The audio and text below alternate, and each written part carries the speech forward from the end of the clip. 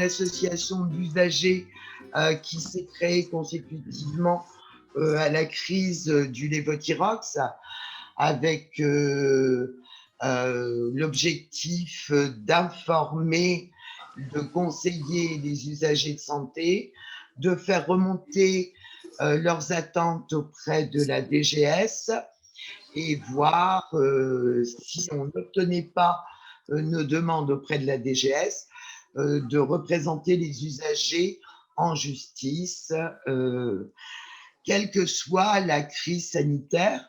Et c'est donc forcément à ce titre que dès début janvier, Élise et moi, voyant ce qui se passait en Chine, on s'est intéressé au SARS-CoV-2 et très très vite, on a fait remonter nos observations à la DGS. Et naturellement, ensuite, on s'est intéressé au Covid long. Je suis moi-même Covid long et à ce titre, je vous prie de m'excuser pour ma voix qui reste éraillée après des moments d'aphonie totale ce printemps. Ma voix reste cependant éraillée. On a prévu un petit plan pour cette réunion. On va tenter de définir avec vous ce qu'est le Covid long, avec un PowerPoint que Élise et moi avons préparé. Ensuite, peut-être que Guy pourra nous relayer sur les traitements possibles dans les formes longues avec Stéphane Gaillet. Marc Wathelet, excusez-moi, j'ai oublié de vous présenter. Nous avons la collaboration du docteur Marc Wathelet, virologue belge, qui nous fait l'honneur et le plaisir d'entrer au conseil scientifique de l'UPGCS parce qu'une crise épidémique n'a aucune frontière. Donc, il n'y a pas lieu d'en mettre dans nos réflexions. Donc, il pourra aussi nous informer, lui, des traitements possibles. Et on a Tommaso qui devrait nous rejoindre, qui est aussi un adhérent belge, qui est soigné d'une façon particulière et qui apparemment a de bons résultats. Didier Cossera, je ne sais pas s'il pourra nous rejoindre, mais il nous a envoyé sa participation. Et j'espérais Philippe Imbert, dermatologue, mais je ne le vois pas connecté. Ensuite, on pourra donner la parole à Efi Respi des Hauts-de-France, qui on vient de se rencontrer en fait, alors qu'on est à 3-4 kilomètres d'éloignement, et ils ont mis en place un travail très intéressant pour les formes pulmonaires.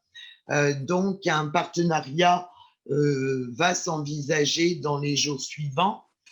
Je ne sais pas, je n'ai pas l'impression que tous partenaires Covid avec Monsieur Comas est représenté. Oui, c'est Jean-Louis Fraisse qui représente. Ah, excusez-moi. Non, je vous en prie, pas de problème.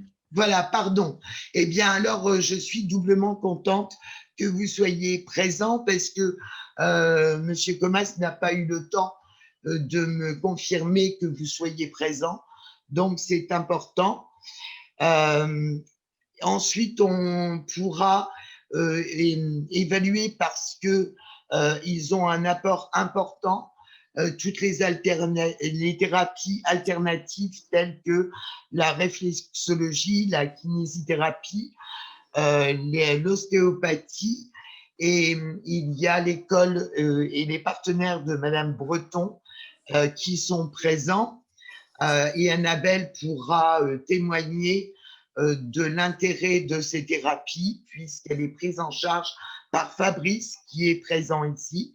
Et puis après, on laissera des questions générales et notre brillante amie Guy Belaïch pourra faire la conclusion de tout ceci.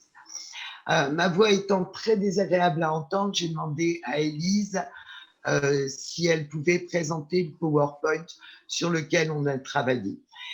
Encore merci à tous de votre présence Et puis, eh bien, démarrons donc ce temps de travail. Élise, si tu peux lancer le PowerPoint.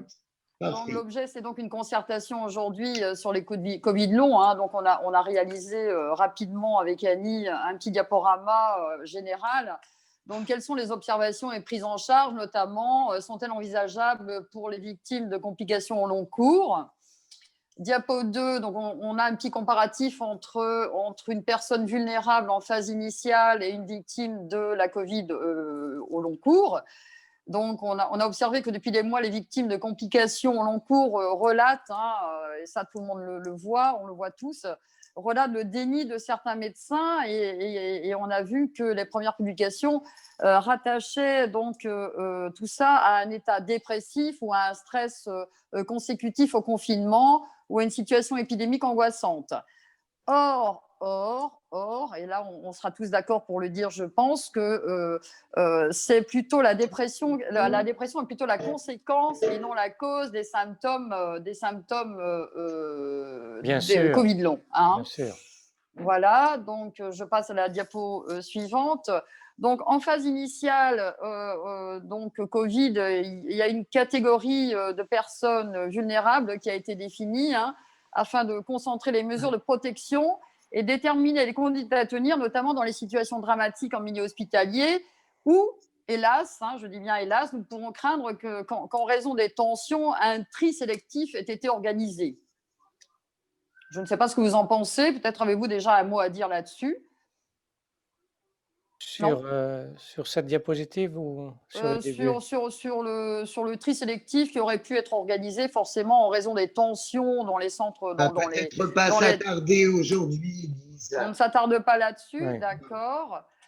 Donc, alors, on rappelle ensuite la définition de personne vulnérable. Là, donc, on n'a rien inventé. C'est la définition qu'on peut trouver sur le site du gouvernement.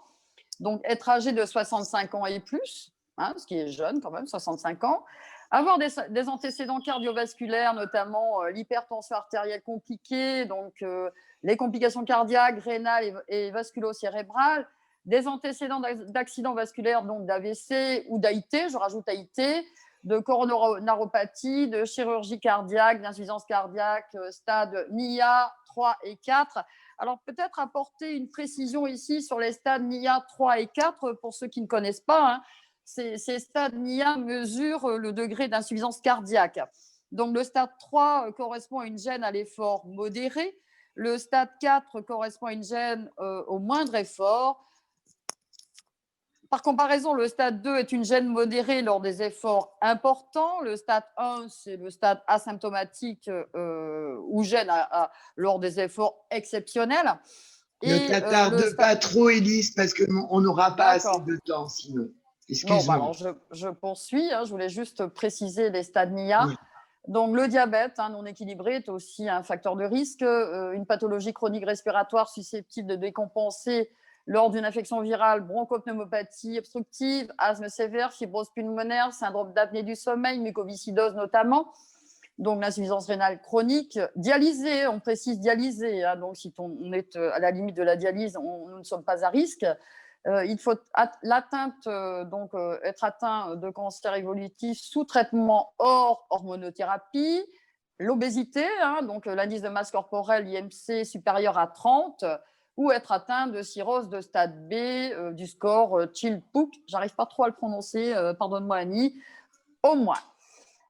Présenter un syndrome des pranocytaires majeurs ou ayant un antécédent de splénectomie, donc on sait très bien que là, effectivement, la rate intervient dans le système immunitaire, être au 3e trimestre de la grossesse, être atteint d'une immunodépression congénitale ou acquise, médicamenteuse, chimiothérapie anticancéreuse, traitement immunosuppresseur, je vais un peu vite, biothérapie ou corticothérapie à dose immunosuppressive, infection à VIH non contrôlée ou avec des CD4 inférieurs à 200 mm3, consécutive à une greffe d'organes solides ou de cellules souches hématopoïétiques liées à une hémopathie maligne en cours de traitement. Donc, on note que depuis le 12 novembre 2020, un nouveau critère a été ajouté, être atteint d'une maladie du motoneurone, d'une myasthénie grave, d'une sclérose en plaques, de la maladie de Parkinson, de paralysie cérébrale, de quadriplégie ou hémiplégie, d'une tumeur maligne primitive cérébrale, d'une maladie cérébelleuse progressive ou d'une maladie rare. Nous poursuivons donc comparativement à ce tableau, qui sont les Covid longs, une catégorie de personnes qui explique le déni médical en début d'observation de ce phénomène nouveau. On recense parmi ces victimes une majorité de personnes jeunes, actives, beaucoup étaient sportives ou tout au moins pratiquaient une activité physique, avaient une hygiène de vie et une alimentation saine. Aucun des critères de comorbidité n'est retrouvé en comparatif avec le tableau des personnes vulnérables définies en phase initiale, donc on parle du tableau du gouvernement. Hein. Un tiers des malades Covid longs sont des hommes, donc une grande majorité de femmes. Mais surtout, aucun lien entre la forme de gravité de l'infection initiale au SARS-CoV-2 et la possibilité de développer ensuite un Covid long. Que l'on ait été fortement, moyennement ou peu touché lors de la phase 1, donc initiale, il est possible de développer ensuite des complications au long cours. C'est le cas des asymptomatiques qui découvrent leur contamination lors de consultations postérieures pour une dégradation soudaine de leur état général. Un constat qui effraie une population mal informée, qui rejette donc les malades Covid longs dans le clan des simulateurs, des hystériques, des tireurs au flanc, comme nous l'avons lu dans les commentaires, sous l'interview notamment d'Annabelle Georges, notre représentante Covid long ce soir. On va faire une petite pause là, demander au docteur Gaillet si nous n'avons pas fait d'erreur dans le tableau des Covid longs. Parce que vraiment, ce qui étonnait, c'est le comparatif entre les personnes vulnérables définies en phase initiale et on se retrouve avec une catégorie de personnes totalement différente en Covid long.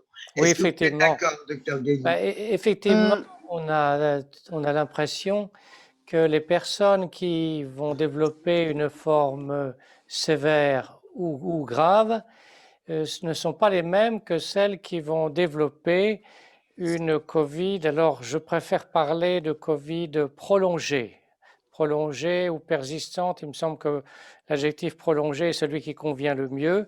En tout cas, je rejette la notion de syndrome post-Covid parce que c'est une expression très tendancieuse. Quand on dit post quelque chose, ça signifie en principe que c'est un tableau clinique qui s'inscrit à la fin d'une maladie qui est considérée comme terminée, pratiquement guérie. Et pour moi, ce n'est pas du tout l'expression qui convient. Donc, je parle de Covid prolongé. Alors, effectivement, on se rend compte que ce ne sont pas du tout les mêmes personnes que celles qui développent une Covid sévère ou grave, et pour des raisons que l'on ne connaît pas actuellement. Si Tommaso nous rejoint, parce que nous nous connaissons bien, il pourra confirmer ce que je dis, parce que j'ai été particulièrement sensibilisé au développement des Covid prolongés, parce que depuis quelques années, je suis, surtout en téléconsultation, des personnes atteintes de syndrome Lyme chronique. Et on retrouve un ensemble de symptômes et de signes qui sont proches, qui sont du même ordre, avec les mêmes difficultés thérapeutiques, à cette différence que dans le syndrome Lyme chronique, qui pour moi est une infection qui continue, on a tout de même les thérapies antimicrobiennes, essentiellement les antibiotiques, les antiparasitaires, et puis d'autres traitements en repositionnement thérapeutique. Donc le tableau est assez complet. Alors je voudrais tout de même préciser une chose en ce qui me concerne, c'est que je rejette carrément, et ça m'a valu quand même un certain nombre d'ennemis, je rejette carrément, je vous le dis tout net, la notion de maladie psychosomatique, la notion de troubles somatoformes, la notion de somatisation et la notion d'hystérie. À propos de l'hystérie, j'ai un ami qui est professeur des universités en neurologie, j'en ai largement discuté avec lui. Il pense comme moi que, je vous le dis, que ça n'existe pas, que les descriptions de Sigmund Freud ont été modifiées et que ça n'existe pas. Concernant les maladies psychosomatiques, moi, ma conception personnelle, c'est que c'est une notion très séduisante, intellectuellement tout à fait séduisante. C'est une notion qui donne lieu à de nombreux ouvrages, à des congrès, à des colloques. C'est une notion qui alimente beaucoup des consultations de psychothérapie, voire de psychiatrie.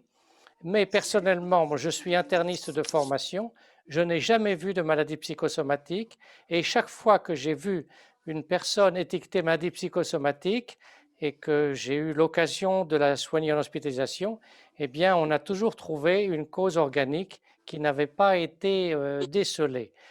En revanche, il y a des troubles psychosomatiques, mais c'est tout à fait différent.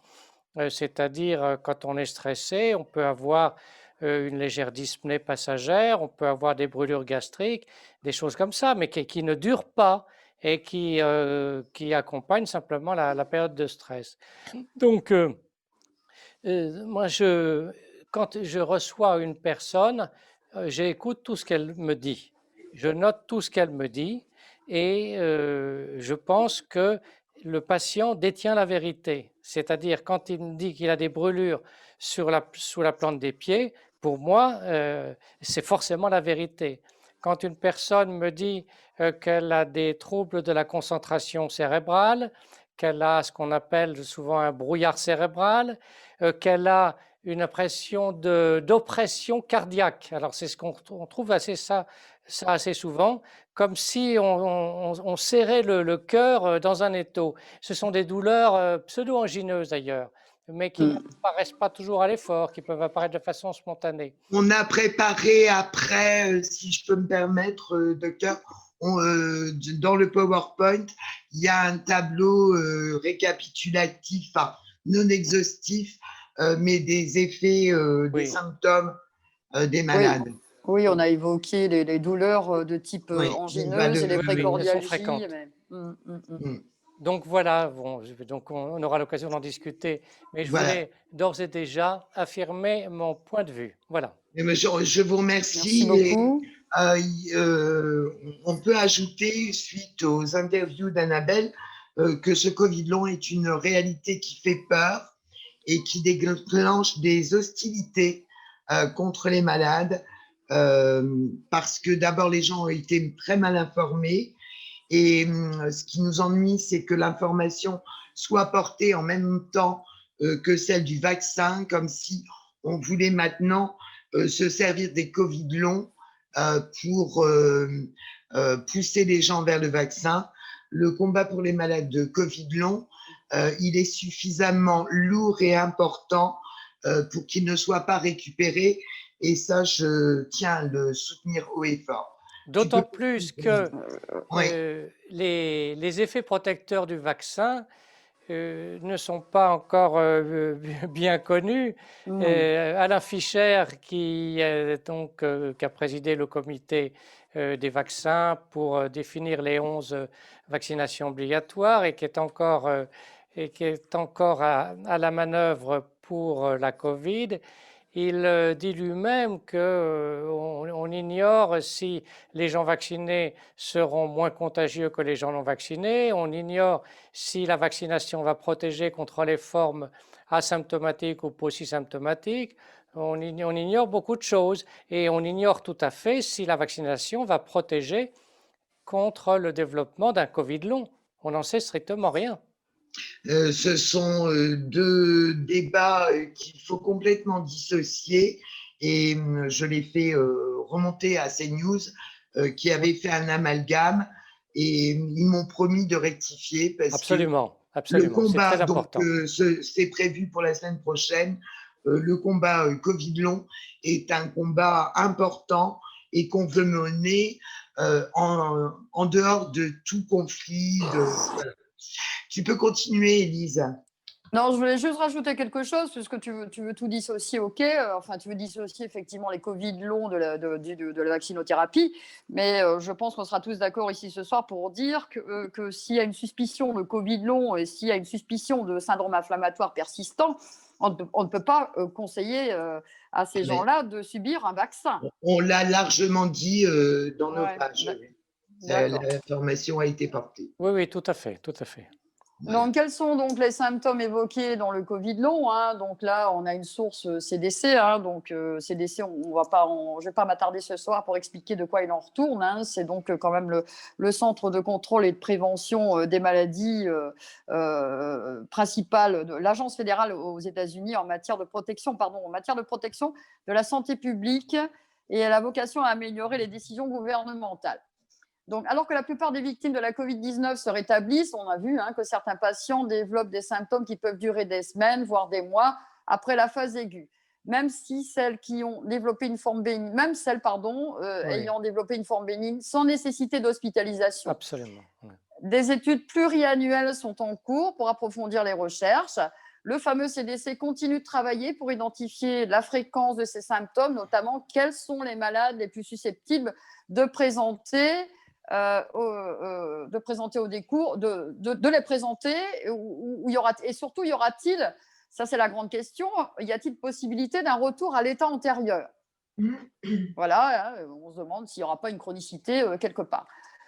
Donc, on a essayé avec Annie de faire un tableau un petit peu récapitulatif des symptômes présentés par les Covid longs.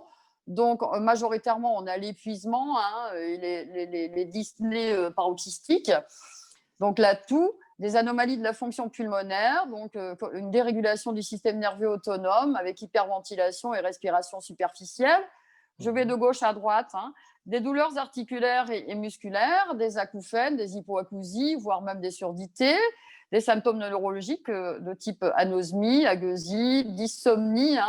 Les dysomnies englobent tous les troubles du sommeil, des troubles de la concentration et de l'idéation, puisque les malades évoquent des brouillards cérébraux, des pertes de mémoire, antérogrades et rétrogrades, des migraines ou céphalées intenses, une hyperthermie oscillant avec une hypothermie en rapport probablement avec les phases inflammatoires, voire infectieuses, des douleurs thoraciques.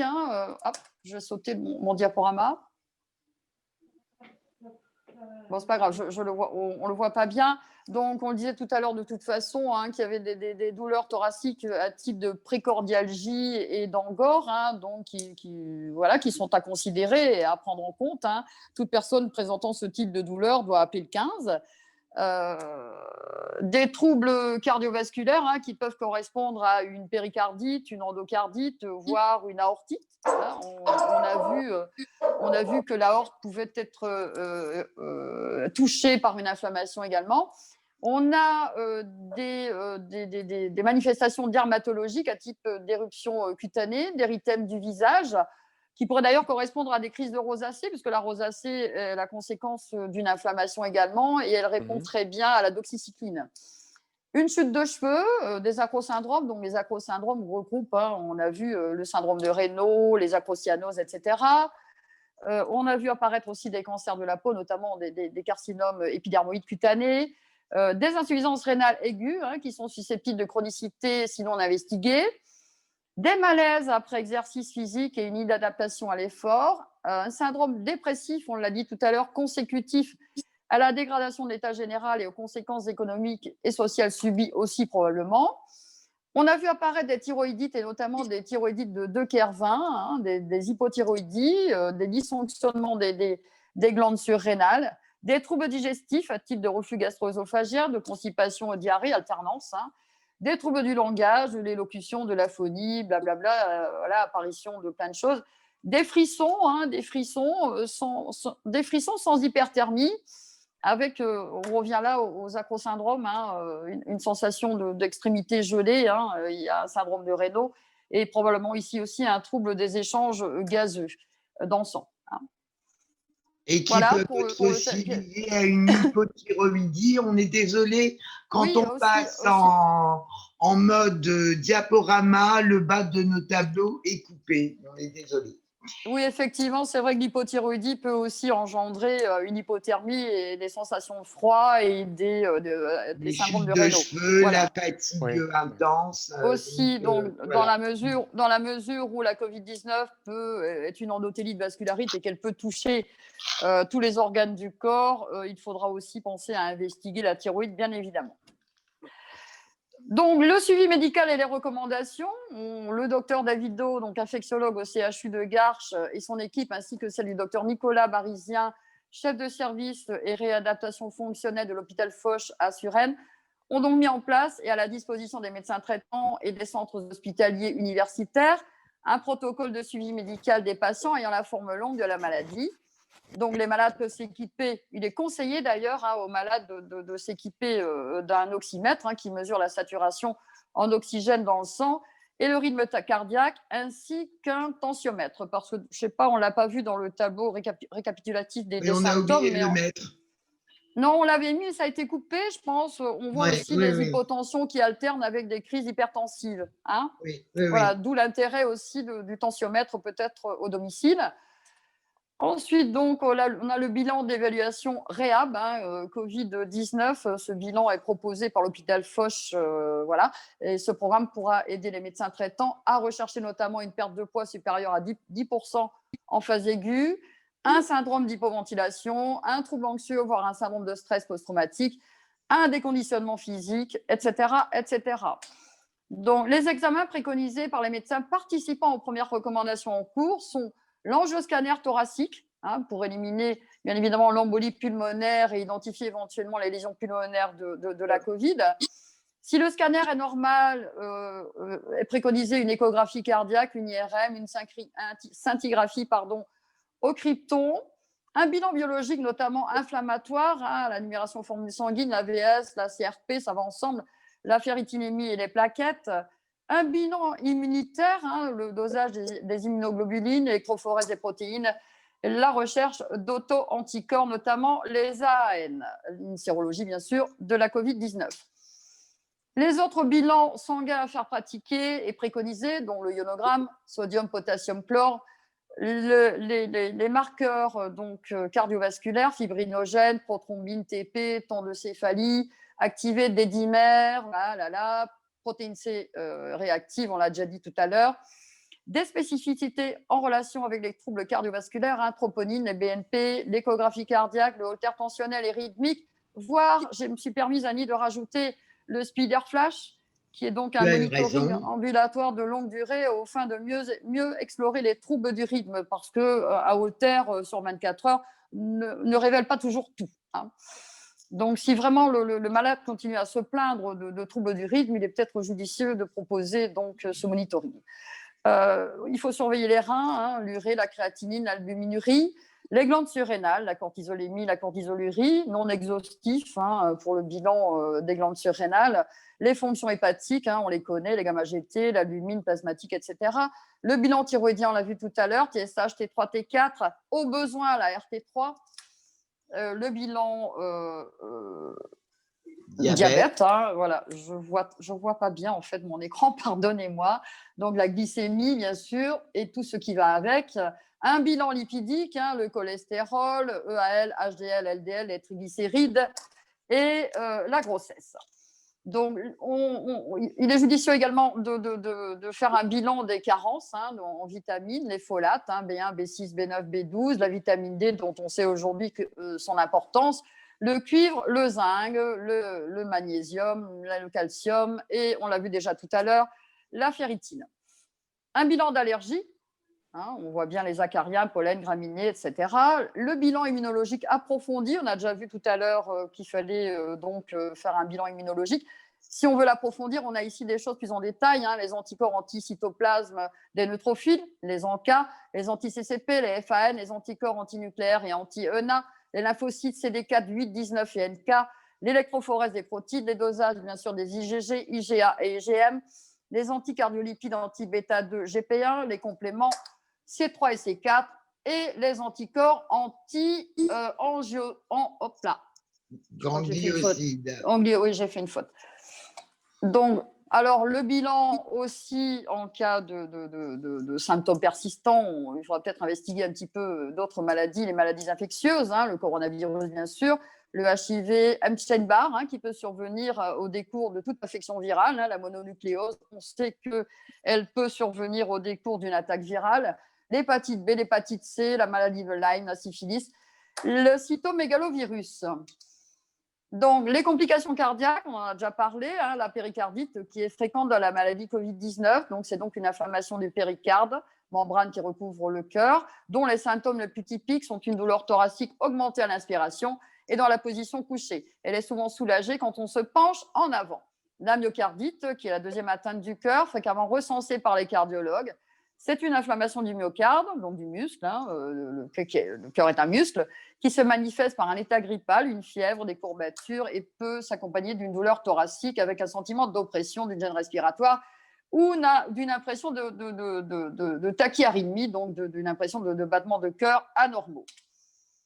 Alors, dans les constatations de l'IUH de Marseille ont été évoquées récemment, hein, vous l'avez vu probablement, des atteintes aortiques, on a parlé tout à l'heure des aortites, qui, sans surveillance, pourraient à l'avenir déboucher sur des anévrismes. Donc, une vigilance dans le suivi au long terme ou au long cours des malades est donc recommandée.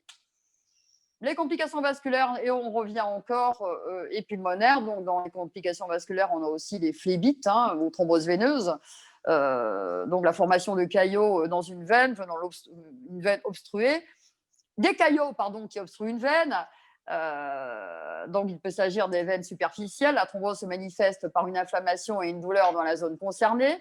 Si elle se situe dans le réseau veineux profond, les symptômes peuvent se manifester par une douleur sourde ou une zone dure. La thrombose profonde, hein, qui également peut être asymptomatique, c'est-à-dire dépourvu de tout symptôme et par conséquent non ressenti par le malade. L'embolie pulmonaire, on en a déjà parlé tout à l'heure, qui correspond à un caillot de sang qui migre vers les poumons et obstrue les artères, donc, et qui engendre une douleur thoracique et une dyspnée. Voilà. Les complications neurologiques, donc, pouvant aller d'un état confusionnel ou hallucinatoire jusqu'à l'accident vasculaire cérébral. Donc, ça a été observé, hein, chez les malades au long cours. Donc, les signes avant-coureurs sont une faiblesse d'un seul côté du cœur. Ce n'est pas exhaustif, hein, non plus, ces signes avant-coureurs que nous avons évoqués ici. Une faiblesse d'un seul côté du corps, un membre qui se dérobe sans raison, un engourdissement, un fourmillement au niveau du visage, dans le bras ou dans les jambes, un trouble de d'élocution, une amorose fugace, hein, ou une cécité monoculaire transitoire qui correspondrait à un AIT. Et dans ce cas, il est urgent de contacter le 15.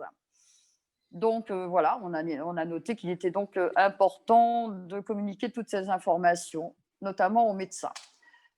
Alors, aux patients aussi. Aux patients et aux médecins, bien sûr. Oui. Aux patients, parce que parfois, j'évoquais les AIT, parce que les AIT ne sont pas souvent considérés comme des urgences. Or, les accidents ischémiques transitoires sont aussi urgents que les symptômes d'accidents vasculaires cérébraux. Voilà. Donc là, on a le docteur Kostra qui… Pardon, Annie, tu voulais parler? Non, ce n'est pas moi, mais peut-être que tu ne seras pas obligé de tout lire, puisque on pourra envoyer ce document après aux personnes qui le demanderont. Donc, ne t'embête pas à tout lire, ça reprend les complications cardiovasculaires. Ça reprend effectivement les complications avec une dernière cardiovasculaires. Ouais. Oui. Donc, on va la passer. Ah, on a ici des pourcentages. On oui, fait les résultats d'une étude. Hein. Voilà, je suis désolée de te mettre à contribution comme ça. Ça reprend ce que tu venais de dire. Donc, en conclusion, hein, malgré la large prescription d'un traitement anticoagulant, la survenue de complications thromboemboliques artérielles et veineuses majeures, d'événements cardiovasculaires adverses majeurs et de thromboembolie veineuse symptomatique est très fréquente. Donc, on l'a dit, hein, que le SARS-CoV-2 n'était pas seulement une maladie respiratoire aiguë, mais qu'elle touchait, c'était aussi et surtout une pathologie cardiovasculaire. Voilà. Donc, on reprend encore, hein, on insiste vraiment sur les troubles cardiovasculaires. Hein, je pense que c'est important. Aiguë. On est dans la forme aiguë. Pardon ? Je disais que c'est dans la forme aiguë. Dans la forme mais- aiguë, les symptômes cardiovasculaires? Ce que décrit Dr Kostras, c'est l'étude d'une forme aiguë. C'est pas la forme D'accord. chronique. D'accord. À la différence des formes chroniques, il y a aussi des formes cardiovasculaires, mais c'est la forme aiguë. D'accord. Bon, bah, je passe là. Donc, on a ici les supports d'information, hein, le programme de réhabilitation Covid-19, où on a noté donc, les liens Internet. Hein, vous pourrez y jeter un œil. Et enfin, vous pourrez retrouver beaucoup d'informations, hein, notamment le point de vue du pneumologue Bruno Escarguel sur le site UPGCS.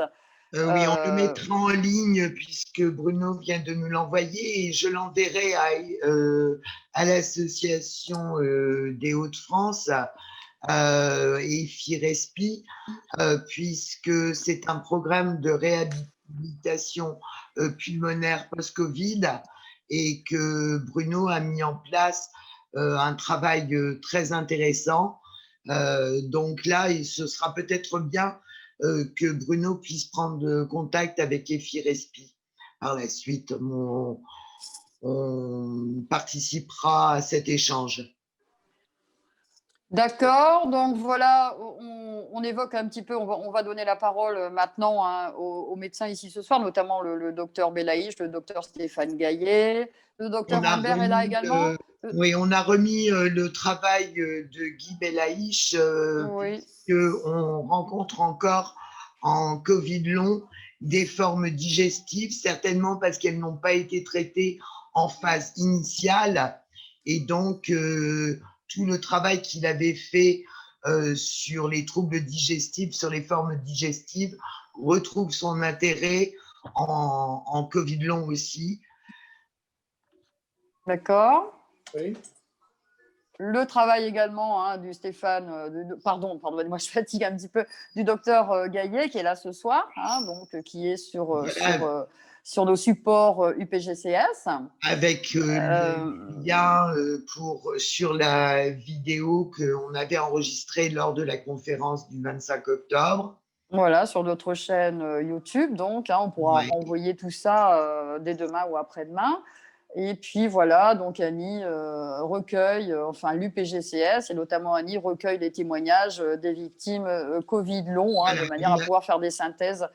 J'ai mis en place un PowerPoint sur les manifestations, sur les différentes dermites observées grâce aux témoignages des malades et il est disponible sur demande par mail à tous ceux qui seraient intéressés et on le mettra aussi sur notre site. Il est d'ailleurs très bien fait, Annie. Hein. J'ai rejeté un œil ce soir. Il est très bien fait. Je vous remercie, chère Annie. Il est magnifique. Donc voilà, on a ici donc, des liens également, hein, témoignage de notre représentante ici ce soir, Annabelle Georges, hein, qui est intervenue sur BFM et CNews. Voilà, donc on lui laissera la parole tout à l'heure. Je crois qu'en ce qui me concerne... ah oui, je vais peut-être conclure.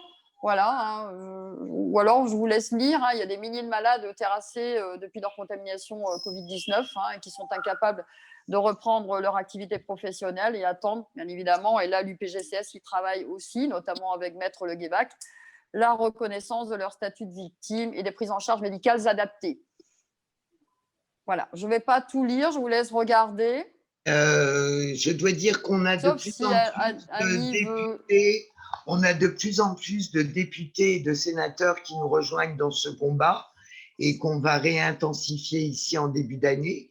Je tiens à redire que l'enfer pour tous ces malades, c'est simplement dans des gestes de la vie quotidienne.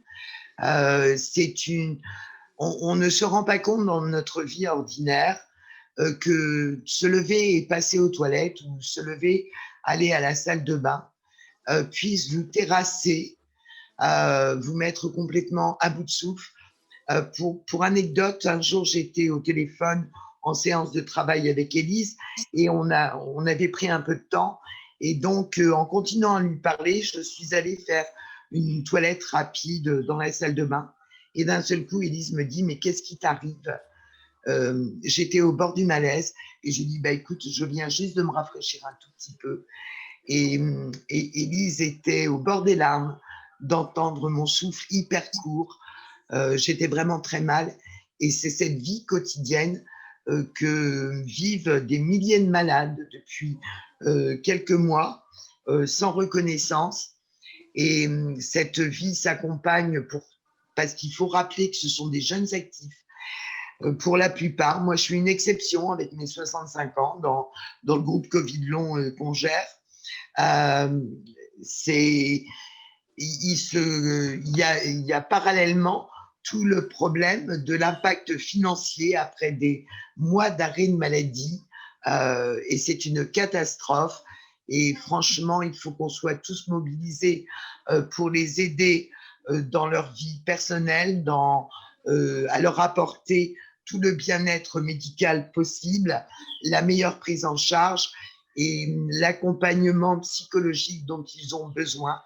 Parce que je rejoins totalement le docteur Gaillet et on est prêt à le crier, à le dire autant de fois qu'il le faut. Non, les malades Covid long ne sont pas des dépressifs, mais oui, la dépression s'installe après des mois de souffrance, après l'impact professionnel. Beaucoup sont menacés de licenciement parce qu'ils ne sont pas capables de reprendre leur travail et par les problèmes financiers. Donc, ce combat est important à porter. Il est très rare qu'une crise sanitaire touche et impacte autant de jeunes actifs. Et il est regrettable que nos autorités ne prennent pas plus en compte ce combat parce qu'il aura un impact économique aussi sur la vie de notre pays. Voilà, je vais laisser la parole à nos médecins maintenant et je remercie Élise de m'avoir remplacée pour la lecture, j'aurais été incapable de le faire. Non, je voudrais juste, pour conclure, dire une chose, c'est qu'en France, quand c'est nolocé, c'est nocebo, quoi. Hein, c'est nocebo ou anxiolépressif, Voilà, on ne va pas chercher plus loin. Hein. Voilà, donc on va laisser la parole au docteur Belaïch, au docteur Gaillet et aux médecins ici présents ce soir, et notamment, peut-être pourront-ils nous faire des propositions de traitement, nous exposer un petit peu quels sont les traitements. Voilà, Guy, on te donne la main, Guy.